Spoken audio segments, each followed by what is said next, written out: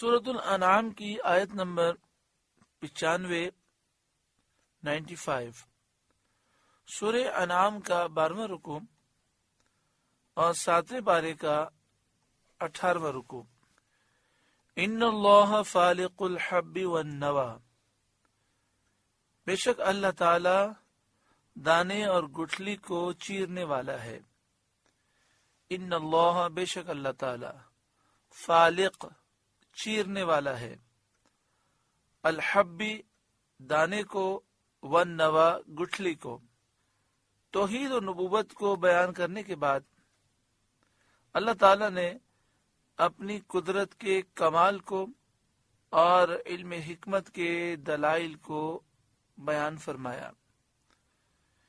ہماری زندگی کا جو مقصود ہے، جو سب سے بڑا مقصود ہے، ہمیں اللہ تعالیٰ کی معرفت حاصل ہو، اللہ تعالیٰ کی صفات اور افعال کی معرفت حاصل ہو، تو یہاں اس آیت کریمہ میں اللہ تعالیٰ نے اپنے کمال قدرت اور علم حکمت کے دلائل ذکر فرمائے، اور یہ جاننا کہ وہی تمام چیزوں کا پیدا کرنے والا ہے، جو ایسا ہو وہی عبادت کا مستحق ہو سکتا ہے، نہ کہ وہ بت جنہیں مشرکین پوجتے ہیں، پتھر کے بے جان بت، نہ کسی چیز کو پیدا کرنے والے اور نہ کچھ کر سکتے ہیں، بلکہ خود لوگوں نے ان پتھروں کو مختلف شکلیں دی ہیں۔ خشک دانہ اور گٹھلی جو زمین میں بو دی جاتی ہے، خشک دانے کو اور گٹھلی کو چیر کر ان سے سبزہ اور درخت پیدا کرتا ہے اللہ تعالی۔ خشک دانہ زمین میں ہوتا ہے، اس سے باریک سی کونپل نکلتی ہے اور وہ زمین چیر کر باہر آتی ہے۔ گٹھلی سے باریک کونپل نکلتی ہے اور وہ زمین کو چیر کر باہر آتی ہے، اور اس سے سبزہ اگتا ہے، درخت، پودے اگتے ہیں۔ اور ایسی سنگلاخ زمینوں میں ان کے نرم ریشوں کو اللہ تعالیٰ رواں کرتا ہے، جہاں لوہے کی کیل بھی کام نہ کر سکے۔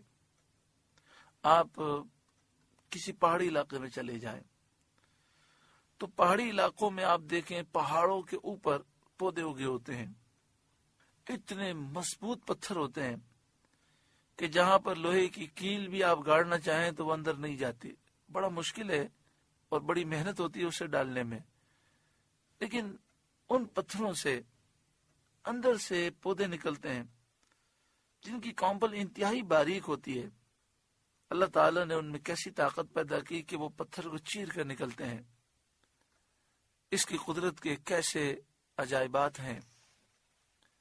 ان اللہ فالق الحب والنوى، بے شک اللہ دانے اور گٹھلی کو چیرنے والا ہے۔ یخرج الحی من المیت، زندہ کو مردہ سے نکالنے والا۔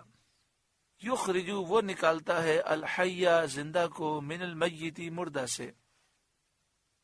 اس سے مراد یہ ہے کہ جیسے سبزہ، پودا، درخت، سبزہ یہ جاندار ہوتا ہے، لیکن یہ نکلتا ہے بے جان دانے سے اور گٹھلی سے۔ انسان اور حیوان جاندار ہے، یہ نطفے سے نکلتا ہے۔ پرندہ جاندار ہے، لیکن یہ انڈے سے نکلتا ہے، بظاہر انڈا بے جان ہے۔ یخرج الحی من المیت، یخرج، وہ نکالتا ہے زندہ کو، الحی، زندہ کو، من المیت، مردہ سے۔ ومخرج المیت، اور وہ نکالنے والا ہے مردہ کو، من الحی، زندہ سے۔ جیسے مثلا جاندار درخت اور جاندار پودے سے، جاندار سبزے سے بے جان گٹھلی اور دانے کو نکالتا ہے۔ انسان اور حیوان جاندار ہے، اس سے بے جان نطفہ اللہ تعالیٰ پیدا فرماتا ہے۔ پرندہ زندہ ہے، اس سے بے جان انڈے کو پیدا کرتا ہے۔ یہ اس کے عجائب قدرت اور حکمت ہیں۔ ذالکم اللہ، یہ ہے اللہ، فَأَنَّا تُؤْفَكُونَ، تم کہاں اوندھے جاتے ہو۔ اور ایسے براہین قائم ہونے کے بعد کیوں ایمان نہیں لاتے؟ ان قدرتوں کو دیکھنے کے بعد بھی کیوں نہیں مانتے؟ اور موت کے بعد اٹھنے کا یقین کیوں نہیں کرتے؟ جو بے جان نطفے سے جاندار حیوان پیدا کرتا ہے، اس کی قدرت سے مردہ کو زندہ کرنا کیا بعید ہے؟ جو ایک پانی کے قطرے سے جانور اور انسان کو پیدا کر دیتا ہے، وہ ہر چاہت پر قادر ہے۔ فالق الاصباح، تاریکی چاک کر کے صبح نکالنے والا۔ کس طرح اندھیرا ہوتا ہے پورے ملک میں، ہم رات کو اندھیرا محسوس کرتے ہیں، اور پھر کس طرح صبح اندھیرے کو چیر کر نکلتی ہے۔ وَجَعَلَ اللَّيْلَ سَكَنًا، اور اس نے رات کو چین بنایا۔ وَجَعَلَ، بنایا، اللَّيْلَ، لیل، رات کو، سکنا، چین، کہ مخلوق اس میں چین پاتی ہے، اور دن کی تھکن کو آرام کر کے مخلوق دور کرتی ہے۔ اور جو رات جاگنے والے زاہد لوگ ہیں، عابد لوگ ہیں، وہ تنہائی میں اپنے رب کی عبادت سے چین پاتے ہیں۔ والشمس والقمر حسبانا، اور سورج اور چاند کو حساب، کہ ان کے دورے اور سیر سے عبادات اور معاملات کے اوقات معلوم ہوں۔ اللہ نے سورج اور چاند کو حساب بنایا کہ سورج نکلتا ہے پھر ڈوب جاتا ہے، تو سورج کے نکلنے اور ڈوبنے سے پورا ایک دن گزر جاتا ہے۔ اس طرح ایک دن، پھر 2 دن، پھر اس طرح پورے سال کا علم ہوتا ہے۔ اسی طرح چاند کے نکلنے سے اور ڈوبنے سے پورے مہینے کا علم ہوتا ہے۔